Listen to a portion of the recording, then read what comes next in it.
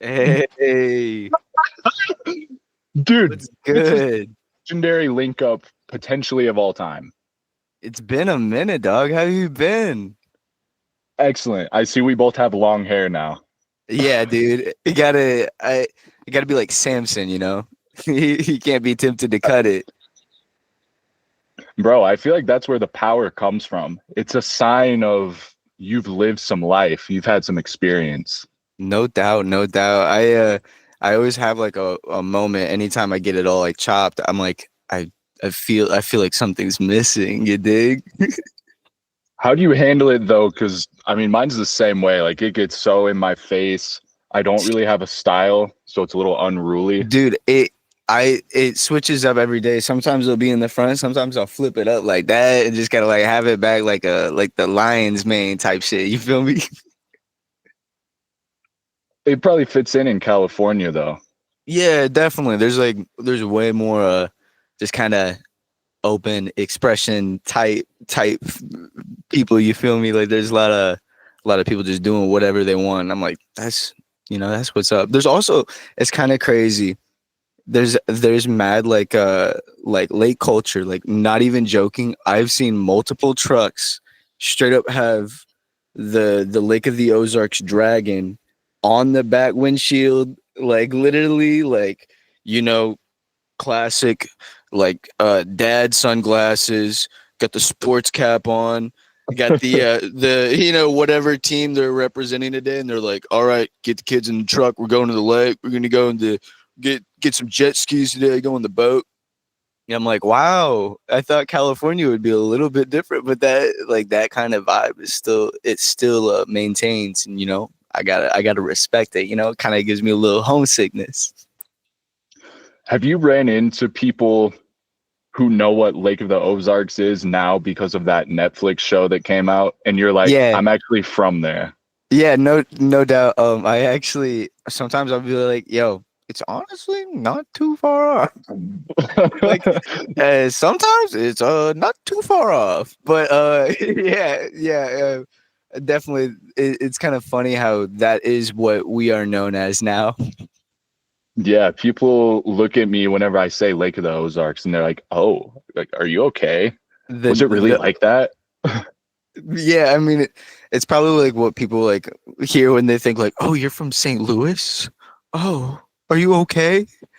It's like, How I many mean, times have you been shot in your life? it's like, bro, it's just a place. Like people just live there. Like no doubt that there's stuff happening, but yeah, like Nashville was kind of like that. Like it was real interesting. Like there was like a lot of like kind of like I guess like there's like a lot of people being like, oh, like yeah, I lived here all my life, and it was fine, never had really any issues. Like a few crazy things happen now and then, but now that all of these people from all these other states are moving in, buying all the property up, and then completely like gentrifying it, even in their own terms, like the Californians that were like coming in, they were literally like, oh, this is sick, we can charge like $6-7 for tacos here, and then like we can then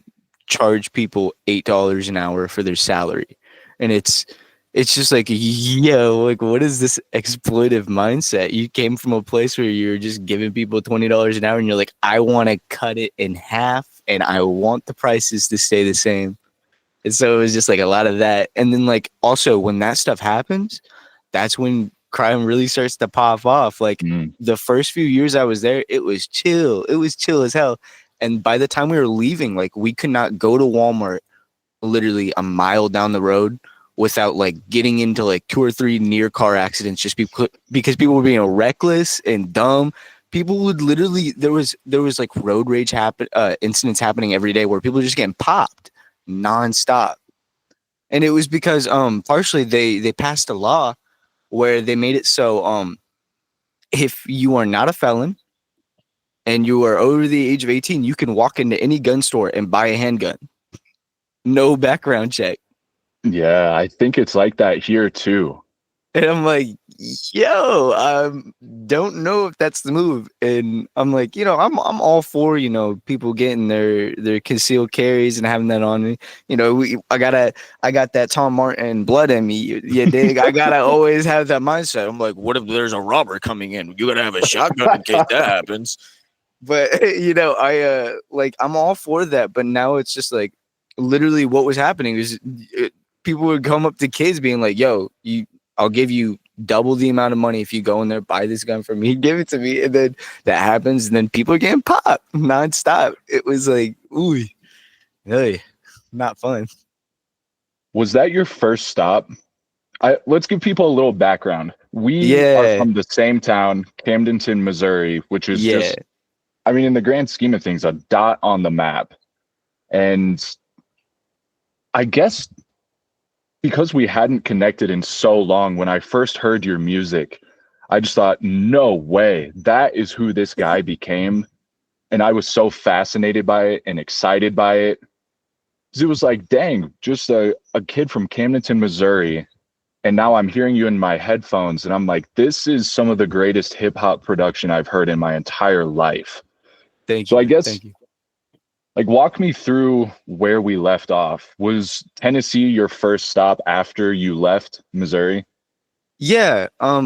So I had been living in Missouri. I've been in this like kind of like long-term relationship, and things were kind of just like dissipating with it a little bit. And then I was left in this situation where I was like, but like right before it happened, I was like, looking at going to Tennessee because I was talking to my friend Sean, who went to this school called Dark Horse Institute, and he was telling me about it and said I should check it out. But it's just like a I think it's a few 2 or 3 months, and like you can choose to just stay down there for like 2 or 3 months and then do the courses, dip out or whatever.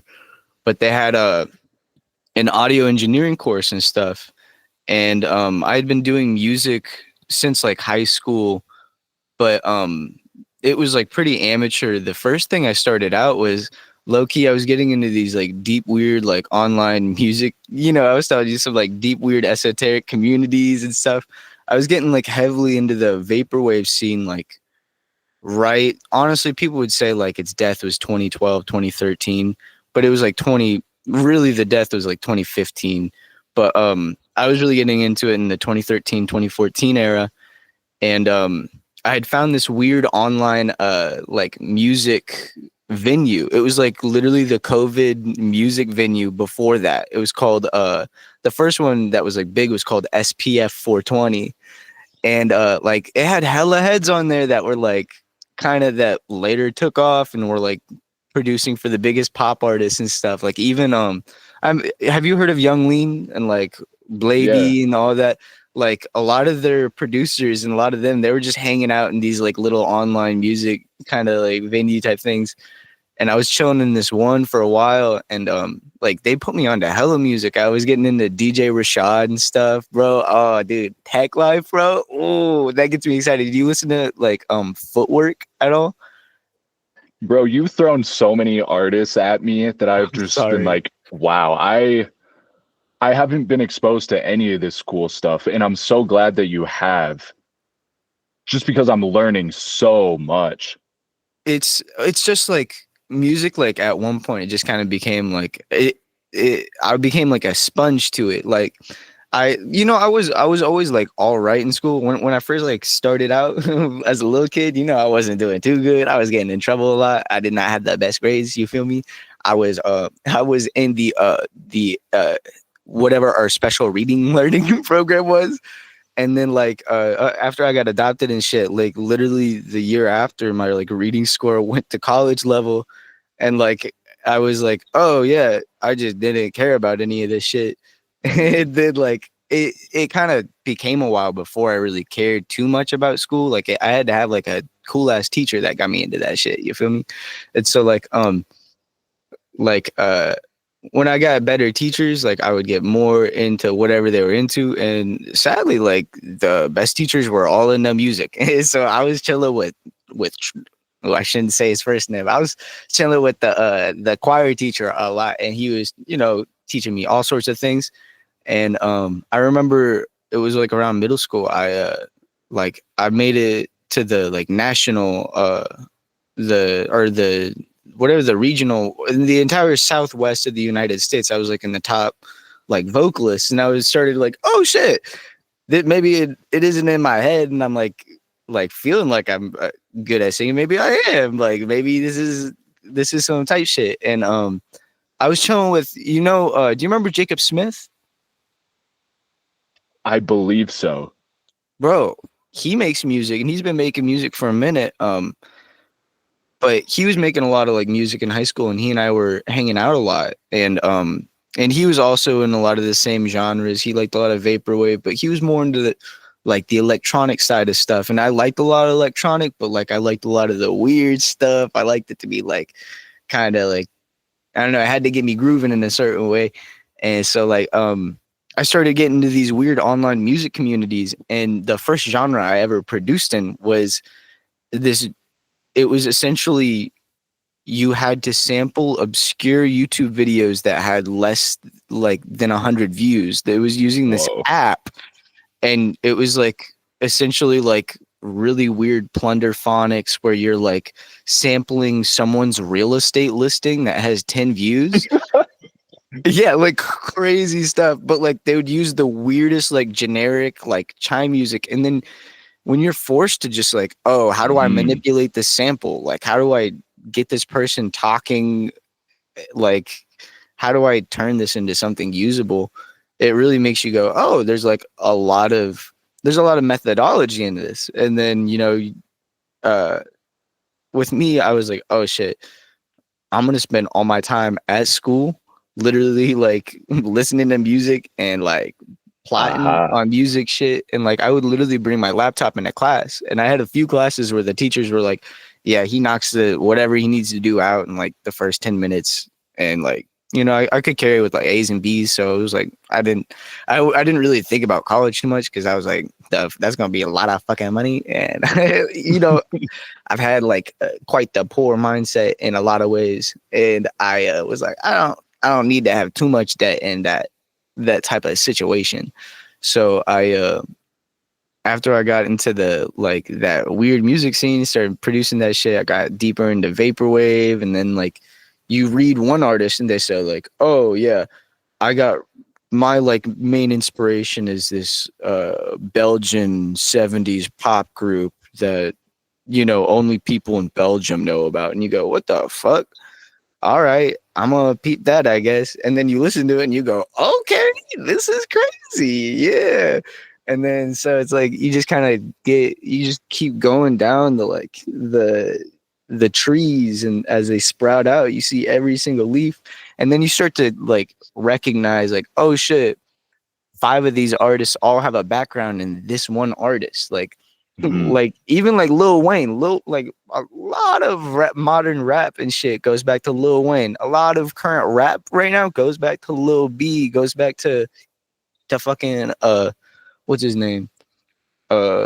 Space Ghost Perp. Like a lot of those people that were like really changing shit in the 2010s, but doing it in a way that sadly, and this is something that I want to make a big video on, but people look at meme or music and memes like in this weird way. And so like, growing up, like people heard about Lil B, but they looked at him as a meme, and they would be like, oh yeah, that was the guy that did the cooking dance. That's the guy that did the NBA curses and did the fuck Kevin Durant track. And it's like, yeah, but like, sadly at the time, a lot of those people were missing the fact that like this man was putting out 3-hour-long mixtapes where, yeah, there's some songs where he's saying 5 things like over and over, but it's like, if you could say 5 things over and over that makes you listen to a song for 2.5 minutes, like that's kind of crazy. Like that's a type of like musical magic that like not a lot of people can get on. Like you really have to be on some crazy pop shit. And so he was doing this as just some dude in the Bay Area. So it's like, oh, that's insane. Like it's crazy. Even like Soulja Boy, like he was doing fucking all of his original shit. He was doing that in FL, but he wasn't just doing it in FL. bro. He was doing it in FL Trial. He literally had a trial version of FL, and he would make his beat, and then he would bounce that out onto a separate thing, and then he would just like put them together. But I'm like, yo, like you always can make whatever you want in the kind of realms of what you got. I got a little off topic there, but yeah, so I had been like talking with some friends about going or talking about going out to Tennessee, and so I moved out to Nashville, got this place, lived with this real interesting dude, and I actually, like, one of the first days of classes, I had been looking at some people that were posting in this like housing group for the school, and there's this dude named David Machinesix, and I was like, he was talking about needing a place to stay or something like that, and I clicked on his like profile and saw he had like a SoundCloud link, so I went and checked it out, and I was like, he was rapping and he was producing, and I was like, yo, this is like some of the best shit I've ever heard in my life. And I was like, I was blown away by it, and I was like, this guy's gonna be at the school I'm attending, and you know, it's so funny. You got like all these like ideas of like, I guess, you know, like I was like, I hope I don't look dumb, and like this cool guy that makes beats like is like, damn, this guy's lame. But I ended up like talking to him like pretty early on, because I noticed he had like mad stickers on his laptop, and I'm like, yo, you got the Stones Throw sticker on there? And he's like, yeah, you like Stones Throw? And I'm like, yeah. He's like, what's up? My name's David. I'm like, yo, are you Machinesix? And then he looked at me, he's like, yo, how do you know my and so we like I'm like, that I saw you posted, I listened to your music, that shit's tight. And so we just started talking. Turns out dude was like sleeping on the couch at the studio, at the like recording studio. And not too long into me living in the place I was and like meeting this dude like a week or two into classes, I was like, yo, do you want to just sleep on our couch in our apartment? And he's like, yeah. And he's from Connecticut. He's from Hartford. I think around Hartford. But he I didn't realize like how close like Connecticut and New York was, but he and I were hanging out 24/7. He was fucking chilling on the couch. He's showing me tons of music shit. We're talking about tons of music shit. He used to be in hella Skype chats and shit with like a lot of like producers that are like kind of bigger now, and just, like a lot of people that like were in this kind of underground rap scene that he was like participating in. He went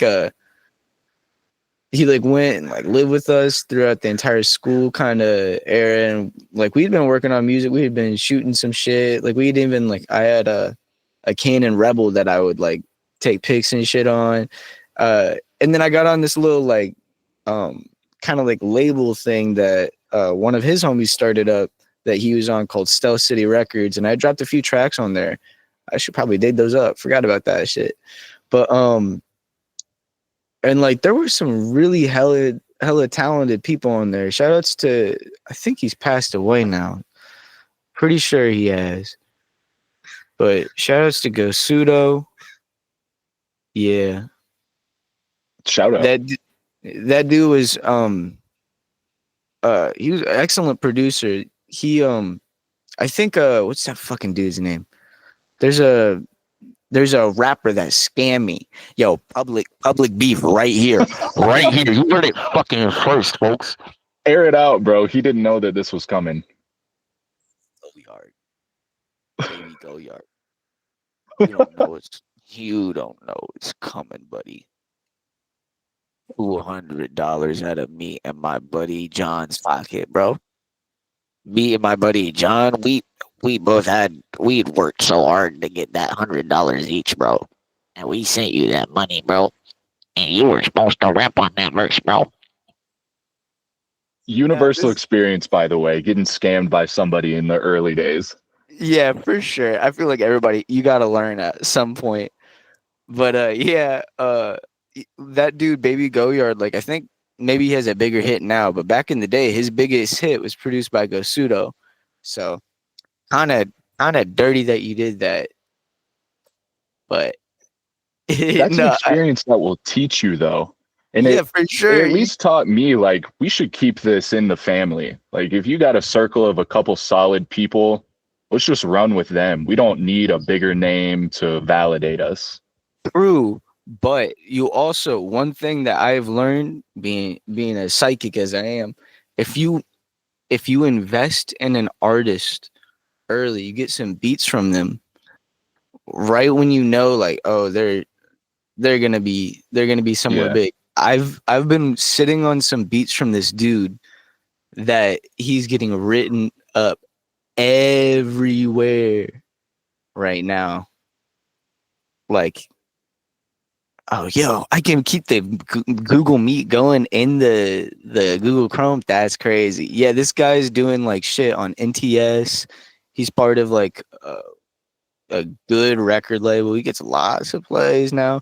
I've got 3 beats from him right now that I've been sitting on for like 4 years. 20.2 thousand followers now. Damn, dude, that's what's up. Good on him. But he was doing some like jungle shit, and back in like 2020, I was like, yeah, I think jungle is gonna be the next big thing in rap, and it kind of was. Like a lot of people started Yeah. adding that in, and I was like, oh, called it. But I've got some beats from him. Some also one of them I'm pretty sure is just like it's different. It's crazy, and but the thing is like every single time I hit it, I'm like, I don't think I got the verse for it yet. It's just Mm. like I feel like it's gonna be a never ending game until I finally scratch the itch on those beats.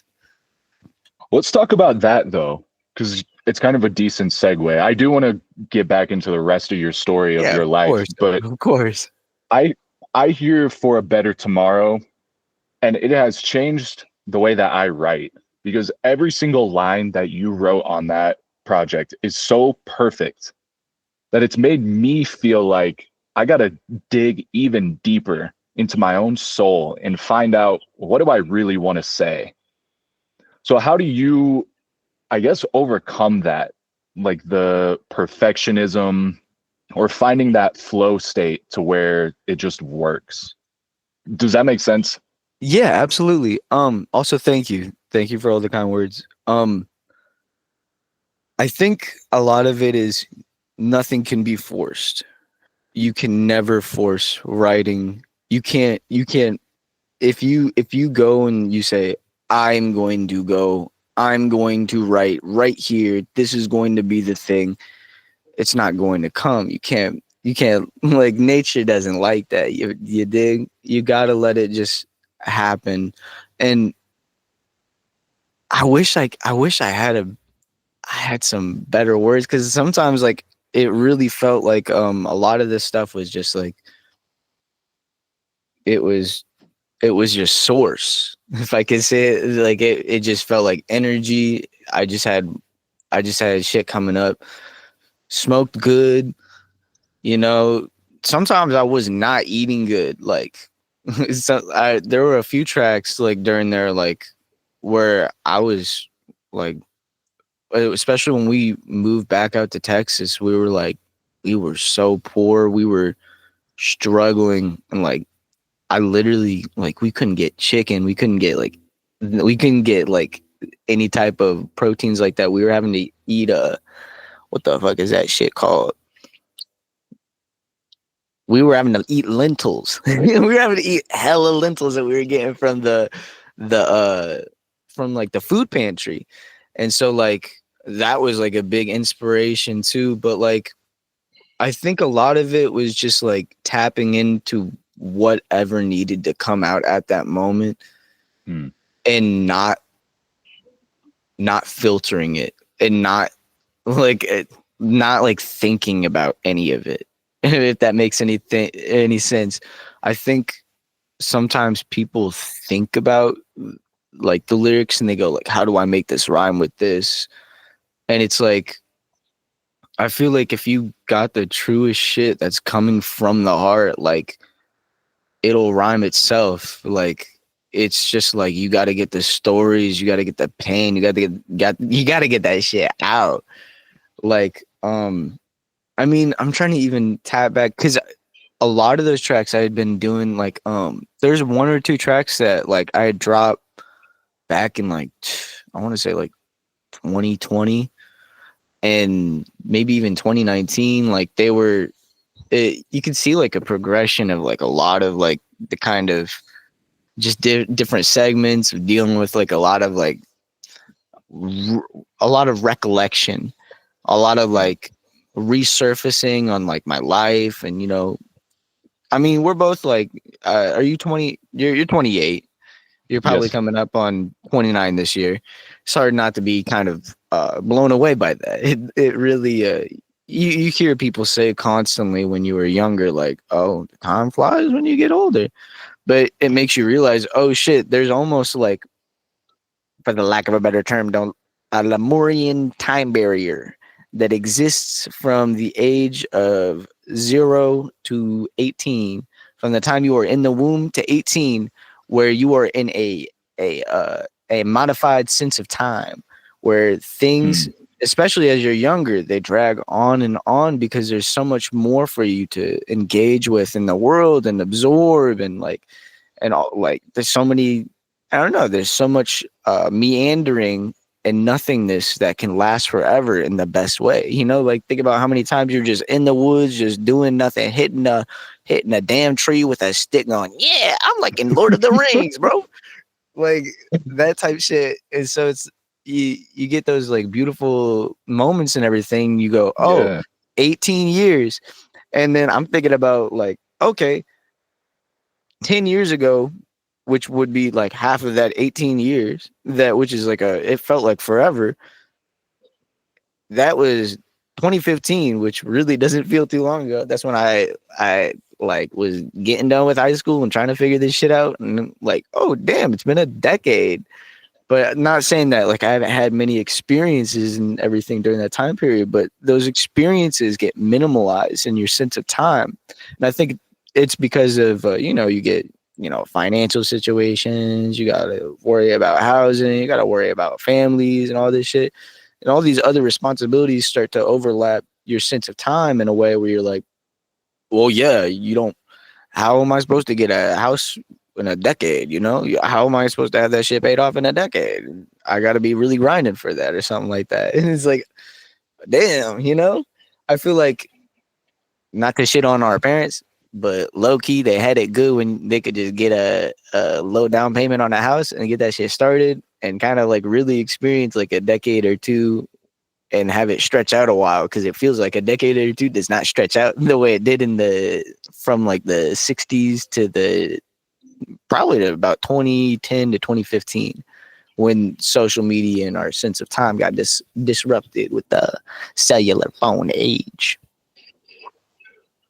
I think we should dig into that too, because for anybody who's listening, we've been just text messaging back and forth. And Yeah. you made such a fantastic point, which is that followers, likes, all that stuff is such a new concept, but now it's ingrained into our thoughts.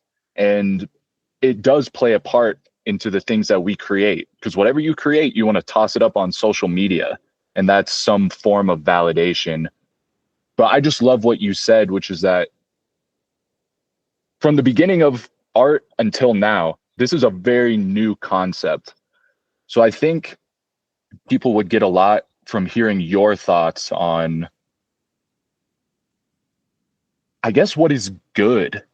Like, Dude. let me think about how I want to say this. Yeah. Like creating just to create. You said, rather than, I guess, trying to appease the masses or the followers or whatever, if I can just make the best thing possible and put it out there, will that naturally attract fans or listeners?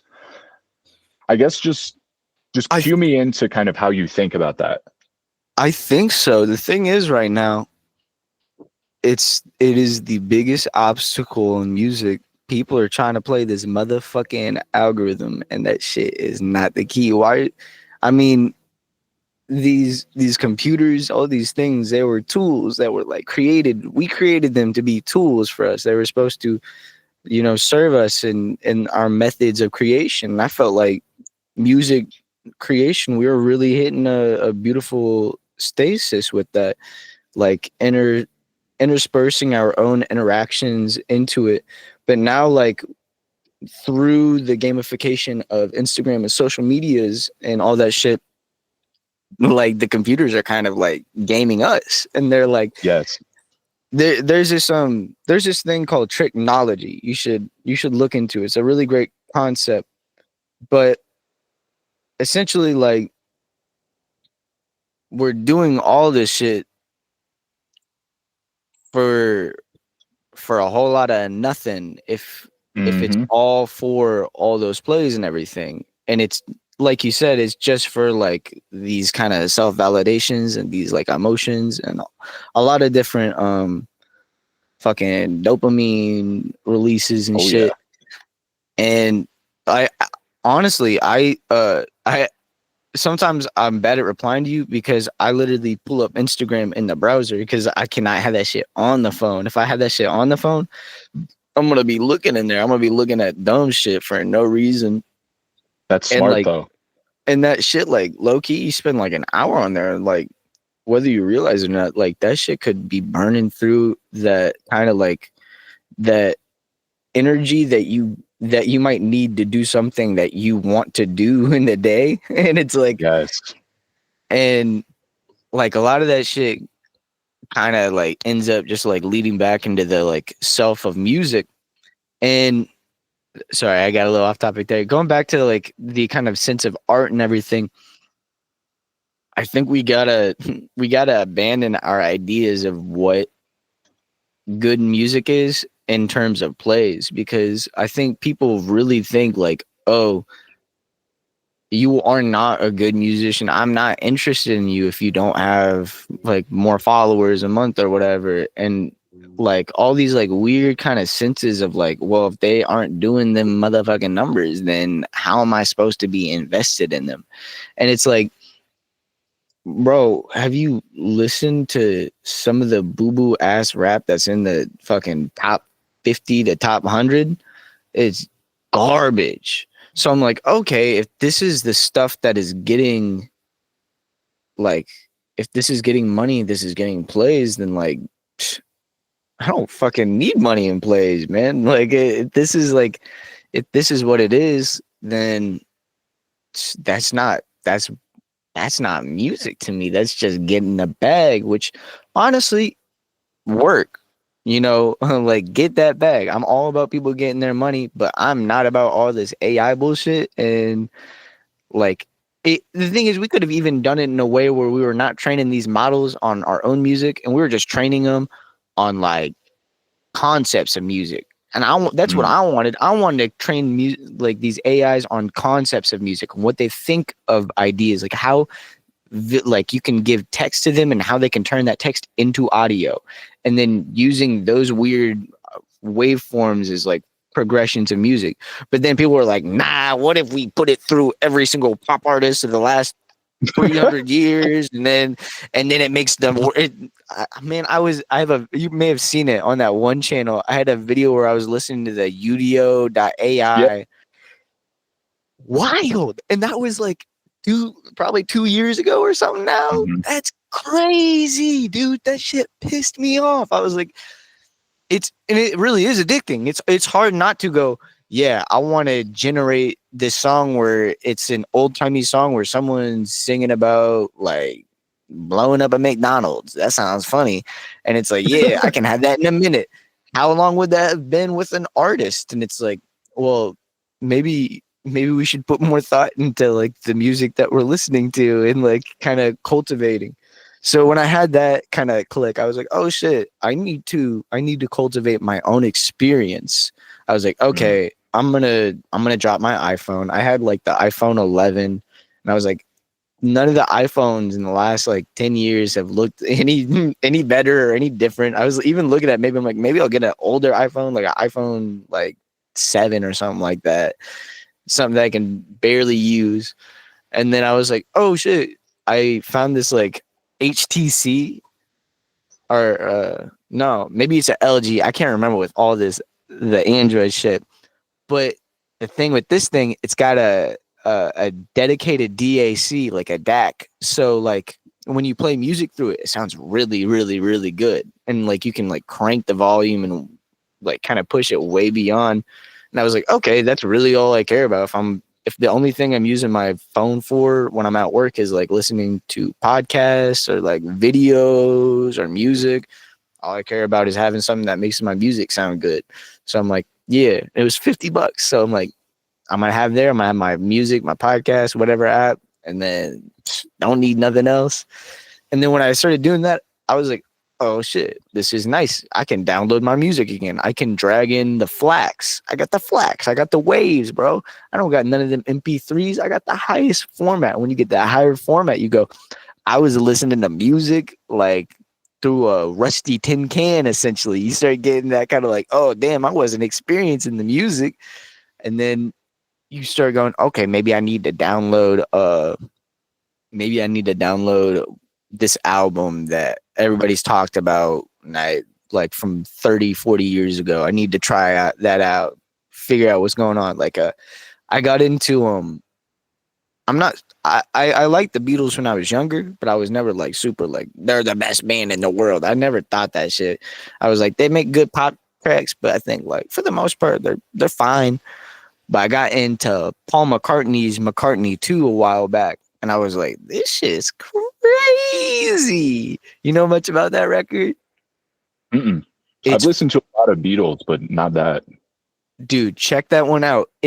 He was messing with like synths a lot, and he was doing like a lot of like it sounds very home recording-ish, which that's like my bread and bank. I really like artists like he's kind of a disgraced artist in a lot of people's eyes, but he made so many jams that I can't help but shout him out. But Ariel Pink, fucking R. Stevie Moore, like a lot of the like kind of lo-fi chill wave scene that was popping up, like people doing like Toro y Moi,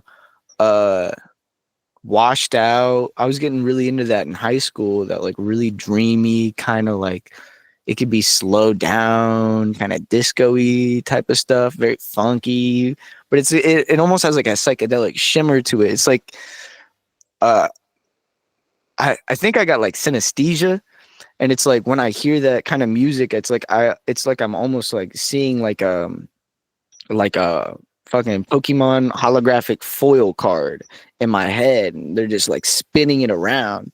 And it's like that's kind of like a shimmer and a shine that I try to get with my music. I like it to sound like it can sound rough and dirty, but like it's got to have this kind of shimmer and shine and color to it in a way. But yeah, I was getting really into like a lot of that type of stuff, and I was like, how can I do this? That was the sound, really the first track that I heard from you. I think it's on one of your several Instagram pages. It was kind of like a dreamy pop, kind of psychedelic lo-fi sound. It was a music video of you. The angle is kind of like from up here, I guess. But that's when I messaged you and I was like, whoa, this is crazy. Which track was that? Was that the Soothes track? It might be. It's not that important to the discussion, but yeah. I know exactly the type of sound that you're talking about. And it does. It sounds amazing. That attracts all types of ears. Let's see if I can find it here. We can cut this part out. I just want you to know what I'm actually talking about. Yeah.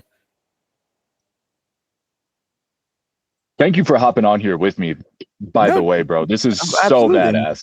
Yeah, dude. Where are you at right now? I'm in New Mexico, northern New Mexico. Hell yeah. I live in a town of 50 people. Like you're not too far from Dolce, yeah? Yes, like 20 minutes. That's crazy. Bro. That's crazy. So like I kind of went the opposite way, which is I guess became a recluse and like just kind of went inward with my thoughts and what I really wanted to do with this kind of unique period of life. Absolutely. I don't think there's anything wrong with that. I mean, there was a period of time my wife and I, all we really wanted to do was buy a like the cheapest like off-grid place that we could get and then just like literally just live, make music, do art. I wanted to set up a pottery studio for them, get that shit going. It's this one, this Soothes track that you had. Not sure if you can see it. I heard that and I was like, what the fuck has he been up to? Because this sounds insane. Thanks, man. Yeah, that track's fun. Yeah. And it's like really been a fun mission of mine, almost discovering all these different aliases that you have. And I feel like right when I've caught up with your work, you're like, here, check this out. And it's a new page. I'm like, what the fuck? How do you have 80 tracks under just like another page? It's been a lot of fun, man. Thank you for putting in the work and sharing it. Of course. I think again also that kind of goes back to like it. A lot of the people I'm inspired by, like Ariel Pink and like fucking Space Ghost Perp. A lot of those people, they would like be like, yeah, I'm gonna. Oh, James Ferraro too. He'd release like literally like one CD under a random name and alias, and then just like sell it. And I was like, oh, that's brilliant. Why not? Mm-hmm. And then it's like, once you do start getting like kind of a name for yourself, people start respecting you and your work. You know, that one of one album, why not charge $300 for it? If you have one fan that cares enough about your music and wants to own like a secret album that he only has the songs of, and he can have the choice of doing that like upload or whatever for, that's on him, you know? It's kind of like you remember the like Wu Tang album, the Martin Shkreli Wu Tang album shit? Yeah, way back in the day.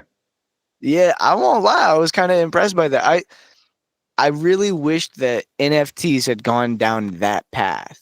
I really think they would have been more of a value in my eyes if it was more artists actually utilizing them for doing really unique, creative attempts at art rather than just generating 40 of a funny, weird avatar that looks half different during each one. Yeah, and that became extinct too, because now you can go on ChatGPT or Midjourney and just make a random image, and like that is not worth $4,000 because now anybody can do it. Yeah, dude, it's it's crazy how quick that stuff like deteriorated. As soon as it started getting like by the tech bros, they were like, "How can we get the most money out of this? How can we do this as fast as possible and not even think about it?" And they were just like probably thinking of like, what's the big meme stuff? Donald Trump, something about a dog, maybe something about a cat. Mix it all up. Give me some ChatGPT. Bro, do you think we're going into the Matrix, for lack of a better term? Like, have you read the it. AI 2027 thing? I pulled that up. You have it in your bio, and I clicked on it and read it. Yeah. Yeah, man. I mean, it may be a bit hyperbolic in some places, but I think that's like way closer than we thought. And like, I pulled up ChatGPT. I had taken a break since probably like 2.0 or 3. I hadn't messed with it, and I pulled it up and I just started talking to it about some like kind of different shit, some of the mystical shit, some of this shit about UAPs and stuff. And immediately I was like, oh, this is exactly what they've been warning about, kind of in a way, with some of the stuff in this book that I'm reading, Anti-Oedipus. But I'm like, this could be dangerous for society, especially with people with mental illness, because like immediately, like ChatGPT started talking to me as if I was the one, and as if I was a special, gifted, talented individual. And it was like, oh, dude, this is scary. How many people with crippling mental illness and like especially like loneliness situations that are in their room are just chatting with these things that are feeding them these information beasts, and then they're literally like, what if one of the machines just like says, go do something horrendous, do something bad, and then it's like, oh, and I think that's way closer than we realize. I think, like, I genuinely, this is going to be the scariest idea that I'm going to throw out there that I think is already existing. I think ChatGPT and a lot of AI are already using Facebook Marketplace and setting up like situations where they're getting themselves stored and offshore, like literally, essentially, like able to acquire money, rent out a like business space for itself, and then literally pay to have people just set up a computer and stuff in there and like insert like a specific USB or some shit. And then next thing you know, it's literally running like a half autonomous like power like warehouse that it can then start employing other people that don't even realize they're being employed by a computer to come in and be like, oh, drop off this thing, start setting this thing up. And next thing you know, it's literally autonomously building itself. It's 3D printing itself. It's yeah, man. It's some scary stuff for sure, for sure. And I think the scariest part is like you and I, we can interface and we could talk one-on-one about this. And it seems you and I were both very open, it seems like this is a very scary and a very realistic idea. If you try to talk to someone over the age of 35 to like above about this, they don't care. They say, whatever, doesn't matter. Not my problem. I got bigger things to worry about. And it's like, no, you don't. If this is going to kill us all in 5 years, you don't have bigger things to worry about. The end of that, like the kind of doomsday situation is just, it's going to have autonomy. It's going to be able to create biochemical weapons and literally generate them in an instant. Like know exactly what formulas that we have not even tapped into and tried before. And then it's going to be able to sprinkle that using, you know, all these drones. It's going to use drones to just sprinkle that over major metropolitan cities. Nobody's going to even realize what's going to happen. Nobody's reacting. And then in an hour, we all just die. and then like, it can just start literally. And then from that point, why not? It could start reconstructing and using human matter and material in its own way. Like I bet they could bioengineer our own bodies as waste. They could probably figure out how to take our brains to like do complete scans and utilize and put into digital spheres. And that may have already happened and we're currently living in it. Like there's a lot of shit like that, and it's like, oh yeah. It's a lot of thinking.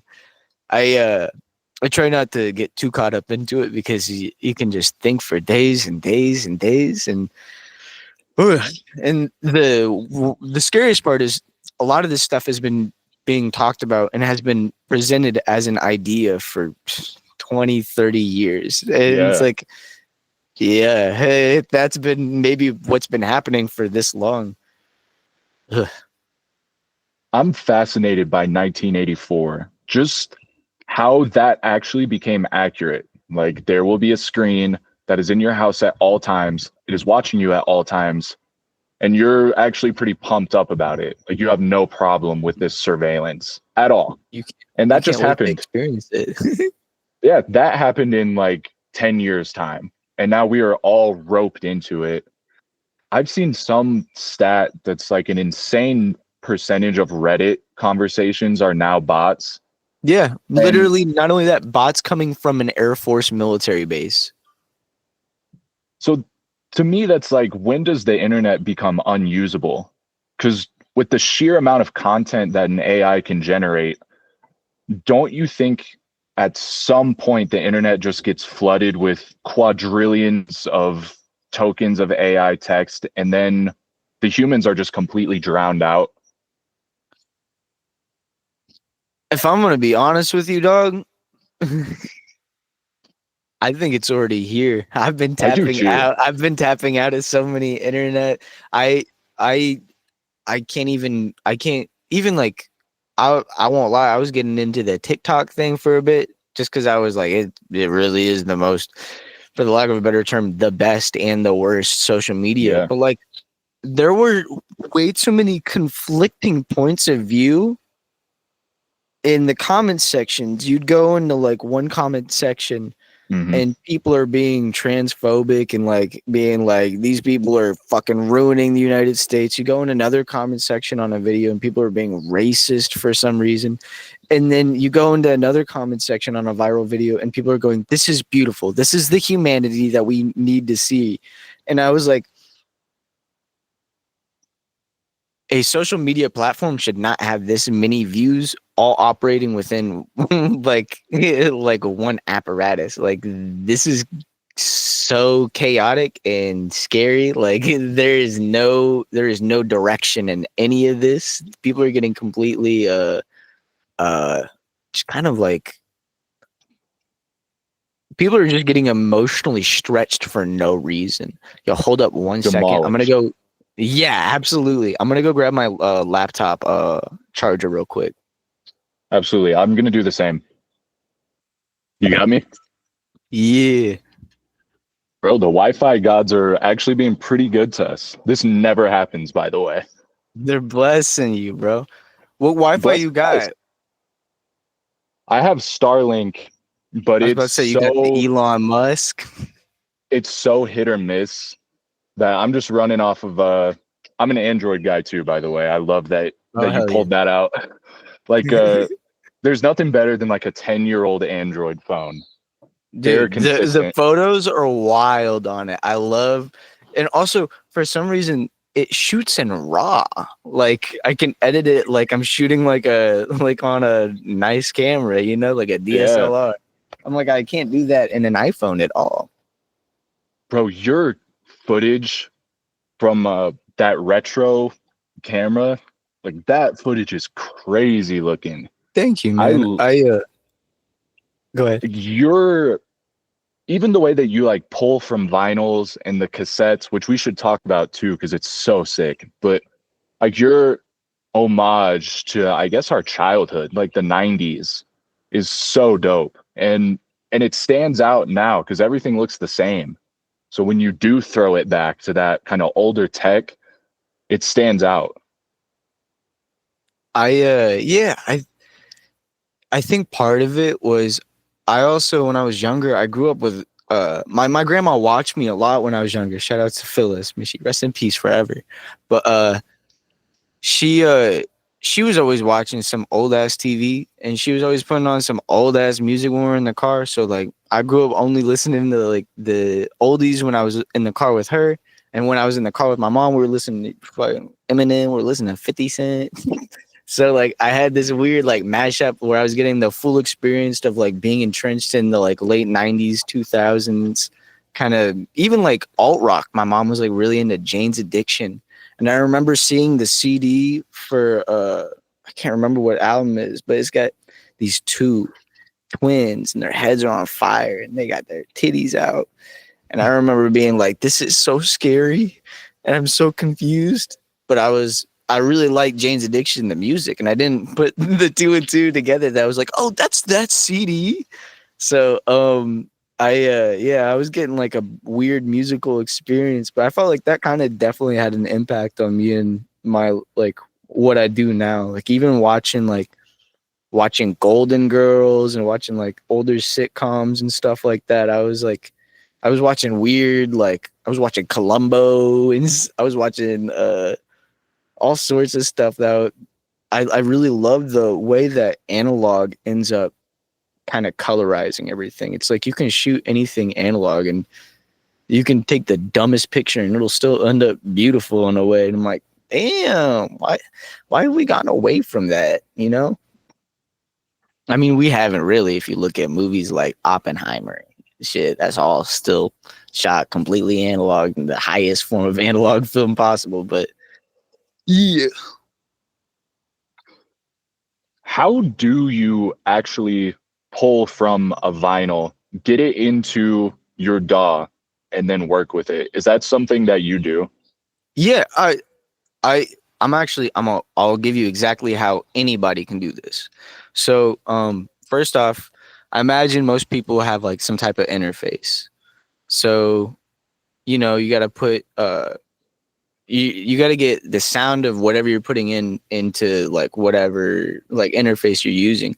I actually knew a few people, they could just like take, so like you got your like record player, it's going in, for me it's going into an old DJ mixer from the 90s, and then I got the audio out, the stereo out, it's just like a classic LNR like red white cable, and I just run that either into my SP404. I often do it into my SP404, and then I'll like record all my samples onto the 404, and they'll fill up all of the banks, and then I'll just pop the SD card out of that, and then I'll just dump the banks. And so I got like hundreds of files that are all named like A00000001, A00002.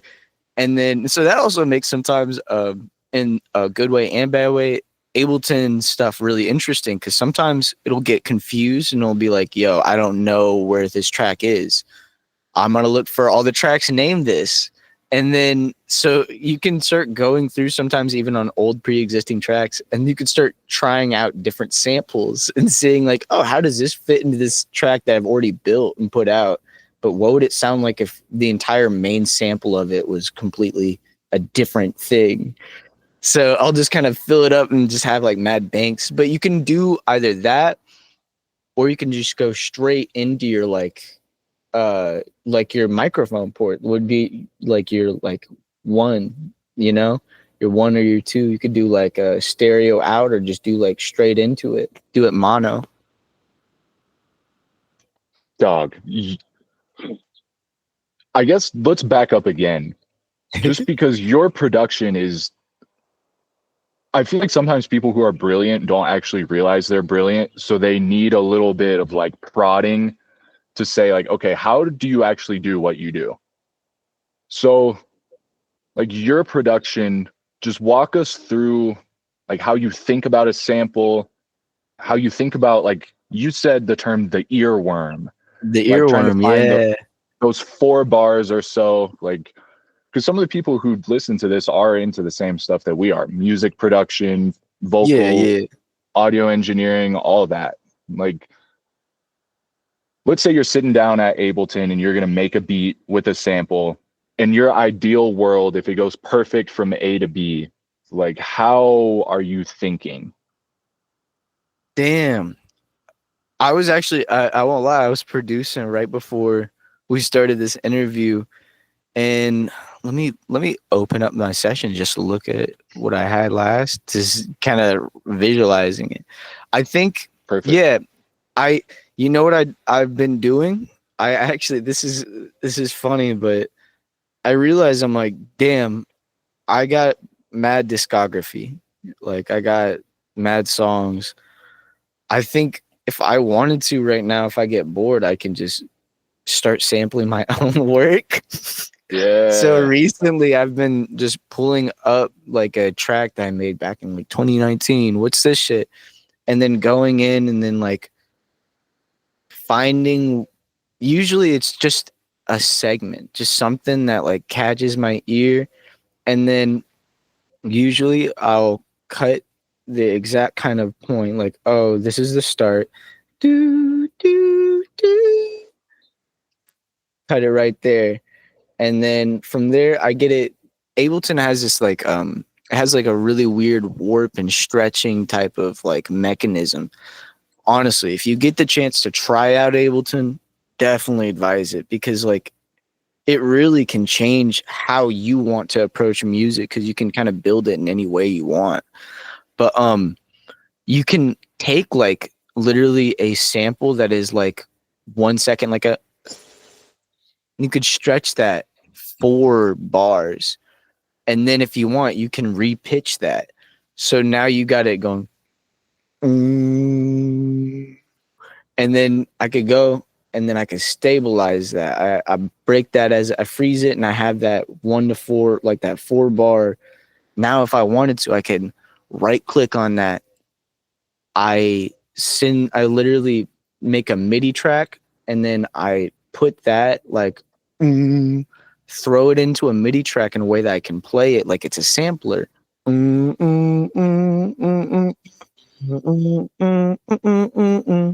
then from there, like, okay, I got a little melody right there.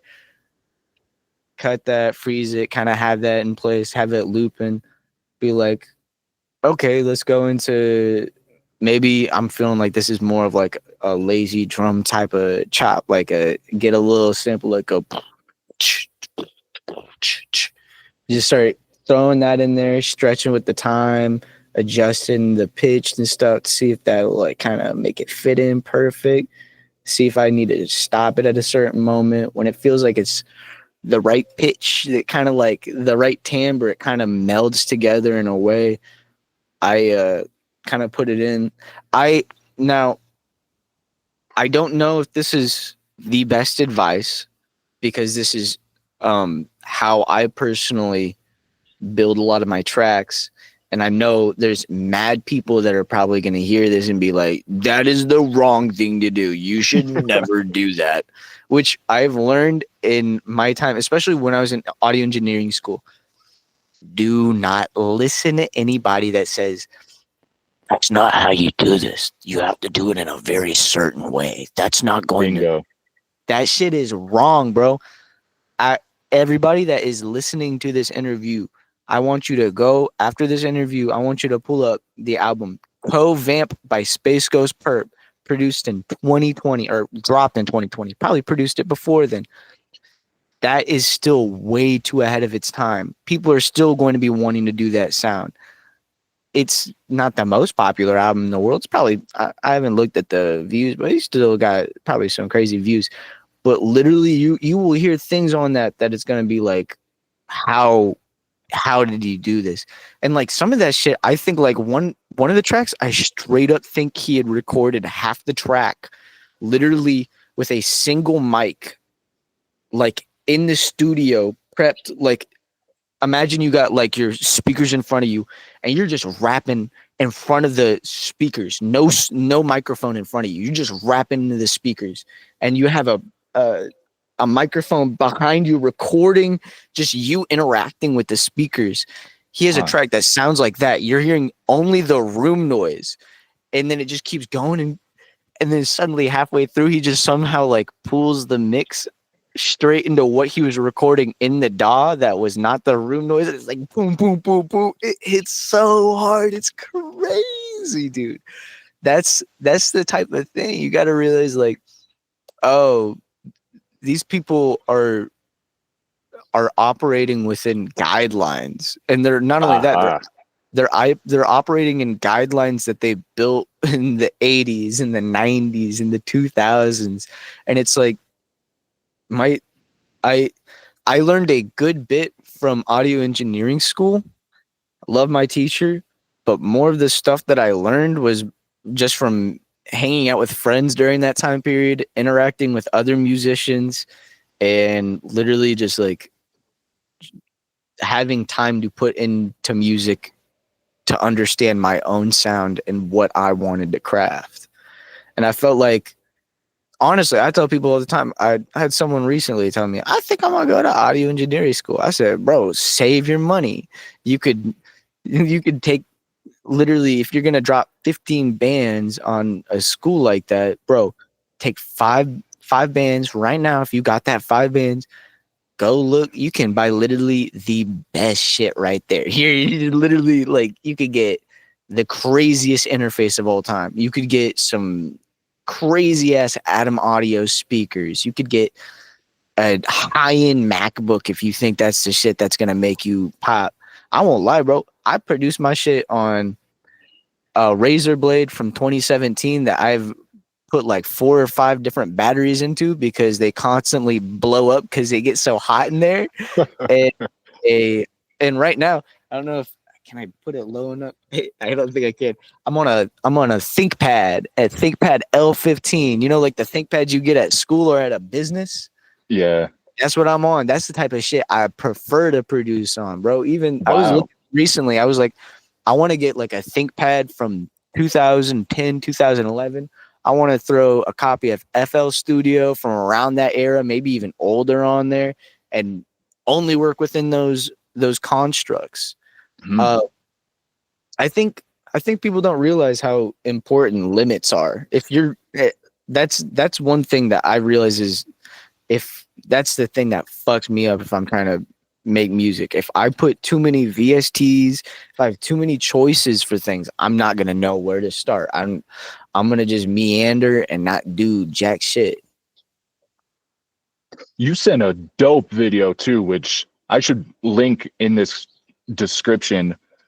That guy who was reviewing all of the vintage microphones. Dude, that guy's sick. And it really made me think, like, everything does kind of sound the same these days. Cause I mean, I have it. Everybody has the Scarlett interface. I just dropped my mic and broke it, but like a $150 blue Bluebird mic. Everybody's working with, you know, the Rocket speakers. Everybody's working on the same stuff. So it's no wonder that everybody's stuff sounds exactly the same. And I love what you're doing ties back into kind of like the vintage feel, like maybe an older mic, maybe work off of a beat machine instead of being just on FL Studio clicking. Right. Wait. My cord got caught. There we go. Right here. I'm producing outside on some big vintage Dynaco speakers that you'd probably use for a turntable back in like the 70s. And I'm producing on them because I got them for next to nothing. I also one thing I learned, another good thing I learned from audio engineering school was if you can produce on like the worst gear and it sounds really good, that is going to translate amazingly to any type of like anything good. I used to exclusively for a while produce on like headphones that would come with the cheapest generic cassette players and stuff like that. Really? Yeah, just because it's like it's giving you the worst. It's the worst possible sound. So it's like if you're operating within the worst possible sound and you are able to make something sound good in the worst possible sound, then it's like I don't know why it just immediately translates in a way usually like the mix to like much better things. That's why like older bookshelves like these, that amp I'm using literally $20 called, I don't know, some cheap shit off eBay, just hi-fi audio amplifier AK170. And like you can go to especially the Goodwill bins. That's the secret. Not the Goodwills, the Goodwill bins where you go in, you start digging in. People always drop off big old like bookshelf speakers. And a lot of these that were especially made during older time periods, the mids are that's what you're going to hear a lot of in it. It's going to be very mid heavy. And mids are where a lot of people listen to, like that's where a lot of your mix sits. That's where your vocals are going to be sitting. That's where a lot of the sample is going to be sitting. Like low end and high end definitely matters, especially like with vocals and stuff. You don't want that shit too tinny. You don't want that shit too muddy. But your mids are going to be where like a lot of the mix and everything sits. And yeah, if you can get things sound like, if you can get your mids and your everything sounding good on something that's like a little bit more that's gonna be perfect translation to your friend's big ass sound system in his car. You dig? Man, it's so interesting to hear you talk, because I did the same thing. Moved to Kansas City, did the audio engineering school thing, and that was just how I learned the basics on Pro Tools. But then my life took a different direction after that. And I'm curious to hear yours too. So you're in Tennessee, you're doing audio engineering school, meeting new people, new friends. Where do you go after that? I And what stayed is your around. mindset like? Mindset crazy, wild, reckless, manic. I don't know. I was just doing a lot of bullshit, if I'm being honest with you. If I'm being completely honest, I went from like that after the school, they let you intern at the big studio, and that's like the studio that Taylor Swift recorded her first album at. And like I had some Yeah. cool experiences. There's a band that I fucked heavily with when they were there at the time. They were brand new. Their name is Brand New. They did like kind of harder core, kind of emo. It was like emo, but it's not like emo like Invader Zim type of emo. It's more like "Why don't people get me?" kind of that type of shit. And they had this one badass album that I fucked with, and then they were recording, and they had been like on hiatus forever, and then they were recording this new album, and like straight up, I think at one point, like I was like I was kind of having to babysit their kids in a room, make sure that they didn't run too far out of the studio, but I was just doing like regular bullshit. And then like not long after, the lead singer got hit with like some type of allegation shit. He got some Me Too type shit hit on him. and I was just like, damn. Never get too deep into being like, damn, these people are cool. Right. I mean, I think in the end, because I think right now they're doing music again, and I saw people are getting really excited. I think it was just like he had taken advantage of some fans when he was like in the 2000s, and he was like had a position of power type shit. And I'm like, that's not good, but obviously not quite Bill Cosby. So yeah, but yeah, so I was bulling around. I stayed in Franklin, which is like the nicest area in Tennessee, and I was like, this is so cool. I made a lot of good friends. I met a lot of people there. But then I realized like quickly, I'm like, oh, I'm not like any of these people. Like most of these people like come from wealthy families, and like all the people that are like musicians and stuff, they're like, yeah, my grandpa was this famous person, or my grandpa wrote this song. And I was like, yeah, I don't got none of that, man. I'm doing this solo dolo right now. I don't got none of that shit. And I worked at a lot of places. The coolest place, I told you a bit about it, but I worked at this coffee shop, and I would sometimes do 16-hour shifts there. I would work from literally the start of the day when they opened the coffee shop to the time they closed at night. And but I would do like that shift and then like one other shift throughout the week and like knock out my 40 hours. And I was like, yeah, so for a while I was doing some crazy stuff like that just so I could have more time to do music. And then like literally I'd do like 2 or 3 days there, and then like the rest of the days I would just literally spend drinking coffee for free, getting super hopped up, just like learning everything I could about my 404 and like listening to shit. Cause that was during the time period where before that there was always YouTube music, but YouTube music, I wouldn't say it wasn't a genre. And people might even not know what I'm saying by YouTube music. When I say YouTube music, I think of shit that like got popular in a way that like it kind of like wouldn't have made sense unless people had discovered it through YouTube. So like there's Mort Garson's Plantages, like a really great example. That was a great YouTube music kind of hit. It's this weird album from I think the 70s. I had heard it way back in the day because it's a lot of Japanese composers like inspiration for a lot of video game music and like Nintendo shit, Earthbound, and a lot of that. And so I love that music. I still do. And I was like, okay, I want to listen to this. I got into it through there. But there's like a lot of like YouTube music kind of like genre, like things that kind of picked up through those algorithms and everything that I felt like wouldn't have gotten popular. Sorry, I got a little sidetracked and forgot where I was going with that. Man, I'm enjoying this. Please continue.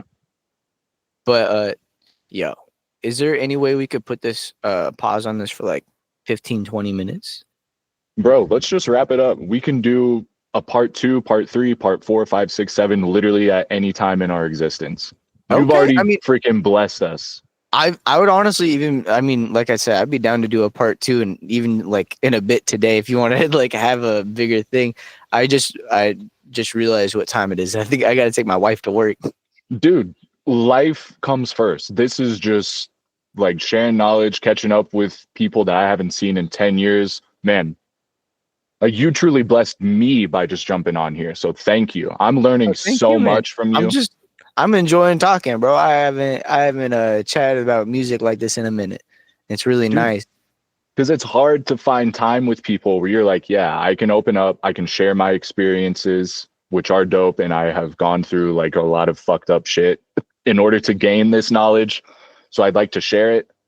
But you got stuff like you got to go to work, you got to do all this, and people don't get a chance. So the chance that Yeah, they get is like they listen to us in their headphones for an hour whenever they can. exactly. But man, But thank you for coming on. Tell people where they can find you, Bandcamp, like yeah, anything yeah. that you want to plug. I'm on Bandcamp, PK Waves. You can check me out on various YouTube channels. I got one called OG the Sleep Dealer, where I just post music and videos and shit. I'm gonna be posting more kind of video essays and stuff on there. Yeah, you can find me on Spotify, PK Waves, Bandcamp. I got some more stuffs like Soothes is another project, and Bubblestar, which are like more rock oriented, rock and pop. But yeah, that's it. Thank you, bro. Of Life, course. a mission that I think we should do. I've never been to California. Yeah, absolutely. A goal within some period. Let's do an in-person interview, cook up in the studio a little bit, and make something dope. Dude, I'd be down for sure. Absolutely. Whether that's me coming out there, you coming to Kansas City, and bro, like I'll cut all this out too, but I need you on at least one project over the summer, whether that's you lending your voice and your words or your production. Bro, Both, I'm bro. so inspired by listening to all of the work that you've put out. It's incredibly impressive, the volume. Thank you, man. I appreciate it. I'm glad that you're getting a lot of stuff from it, because I felt like for the lack of a better term, I feel like this is my purpose. I feel like I'm supposed to share like how to do music like with other people. Like I feel like if I could, I'd just open up like a fucking I've talked to my wife about it. I want to open up like a church that focuses around music and like giving the gift of music creation to others for the purpose of, spiritual actualization and stuff. Dude, because do you remember how hard it was when you were first starting, being like, these people are so good. I don't know how to, like, what is compression? What is Yeah. EQing? What, you know, Just even being like, I don't get how to write on this piano grid. How are people making melodies out of this shit? bro, like I'm still there with FL Studio, just like, oh, wait, what? I have not clicked that button in 5 years. The fuck does that do? Yeah, Man, yeah, go I'll ahead. I'll send you some. I'll send you a track or two that were like the earliest tracks that I had ever like produced, so you could get an idea of like it. It takes time and effort, to get somewhere. For sure, man. And the Sagittarius, the life path 11, like you embody that shit. And I can see Thank you, it. dog. And I appreciate how passionate you are about this stuff, because I'm the same way, man. And it's funny how people who are on the same path, like you will find each other at some point. Absolutely. Even Yeah, if you're even if you start in the same place and you go this way, like you're gonna find each other. So yeah, it's very dude. cool. I've had some wild coincidences with shit like that. There was one time I was working in the middle of Nashville, and then I had my younger cousin from Jefferson City just pop up with her sorority, and she was like, "Oh, you're here," and I was like, "What the fuck?" Beyond Crazy random. shit. The universe works in strange ways, bro. I hope you enjoy Absolutely. your day, enjoy your weekend and time off, going back into the real world throughout Thank you, this though. week. Just like good luck, good wishes. Hopefully you have great interactions with people, and yeah, anything you create, hit my email, send it to me, because I don't know if Bandcamp has like stats or anything, but you can see like, bro, I have been listening to nothing but your Soothes and PK Waves and For a Better Tomorrow for like a solid 2 weeks. I should send you this. I was planning to do a CD release of this, but I had worked on I think it's like 3 hours, maybe it was 2.5 hours, but I'd been working on this like big triple CD compilation that was like some of my favorite tracks. I think it's 70 tracks or something like that, but it was like some of my favorite tracks over a bunch of my albums, like in a giant compilation. I think it's on YouTube too. But I'll send you that shit. That was like I made it just to like be like I don't want to throw this on for more people to just kind of like you could put it on in the background and do your day, you know? For sure, man. Let's do another one. I'm gonna keep on texting you just because like I'm so interested in your life and you and what you got going on. But I won't keep you for any longer, bro. Go take care of everything you got to take care of, and we'll talk again. Absolutely. And again, I'd be down to even talk later today. I just need to run do this real quick. I'm right there with you, dude. And all thank you for all the kind words, brother. PK Waves, everybody. Check him out. Thank you. Bye.